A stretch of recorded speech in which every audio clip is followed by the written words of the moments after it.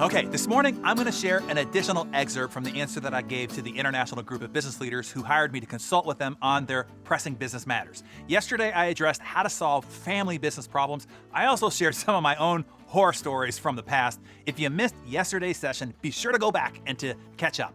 Today, I will share further details that I gave them about perpetuating this quote-unquote family mentality in your business. You might be making this mistake yourself, unknowingly even. So please take note and listen closely. Just understand, family is family. We've been told and we learned all our life that family is family and you'll do anything for family. Family is to be loved unconditionally, which means family brings with it a deep sense of entitlement. Operating a successful business, a successful high-performing team, requires conditions. You see, performance is required. No entitlements can be given. All rewards are earned on results. And as the leader, you have to set high expectations. You have to deliver excellence for your clients. No drama, no excuses, no justifications. It requires extreme accountability. And you do not have the leverage, the psychological positioning, or even the credibility to lead your brother-in-law or your cousin or your mother like that. And family members bring an entire history of psychological baggage to the equation. Rivalry, jealousy, hurt feelings, wounds, and issues of fairness based on a history of events. You probably didn't even know that your brother is still upset that your parents didn't attend every one of his baseball games like they did yours. You didn't know that until you started bickering about unrelated work issues. You see, it's not a matter if you're gonna run into problems working with family, it's only how bad the troubles will be and how much it will corrupt your business culture and how much it will dismantle the harmony in your family and how horrifying the overall fallout will be.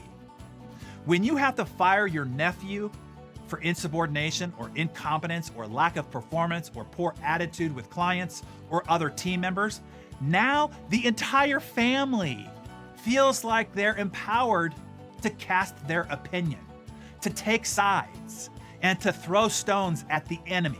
Who's the enemy? You. You will always be the enemy. You have little chance at ever being the hero, even if you are at the beginning, because you gave a family member a job. You gave them a chance. For a moment, you're a hero. But in the end, your chances of ending up the evil villain are overwhelming, as in nearly 100%. When these troubles happen at work, lines are drawn in the family and sides are chosen. The family is now divided because of the work relationship between you and your family. Now the business comes to all the family functions, and the business relationship issues become the topics of conversations and gossip at the birthday parties, at the barbecues, at the reunions, and at the weddings. If you want a complete picture of how a family-run business turns into drama, backstabbing, and bloodshed, watch the Godfather series. That is a very real dramatization of how mixing family and business corrupts absolutely. And let me add this to the list of horrors of what could go wrong mixing the dynamics and dysfunctions of family into your business culture. Even if it all goes well, which has very little chance of doing so, you will be ruining all your other employees. Because employing family members will inspire hard feelings amongst the others. There will be a perceived nepotism. You've brought on your sibling or your cousin, and your team is well aware of it. Most days it might not be a big deal, but it will be when your family member starts getting recognized for their work, and things can quickly escalate to the point where others resent your family member for them taking advantage of their relationship with you. They're not going to say it to your face, but there will be people who believe that the sole reason for your relative's success is simply because they're related to you. Even if it's not true. That will be the default thinking tendency. And that alone can be corrosive to a company culture. And finally, your family member might not be the best qualified. Sure, at the beginning when you just need anyone who's willing and can fog a mirror, but soon you're going to need real expertise and real veteran skills to take your business to the next level. And you need the freedom and flexibility to evolve your team. The only way for your business to scale is by surrounding yourself with specialists in their respective field. You must have those who are qualified enough to help you move forward. If you have family members embedded into your organizational chart, this is going to pose a serious problem for you.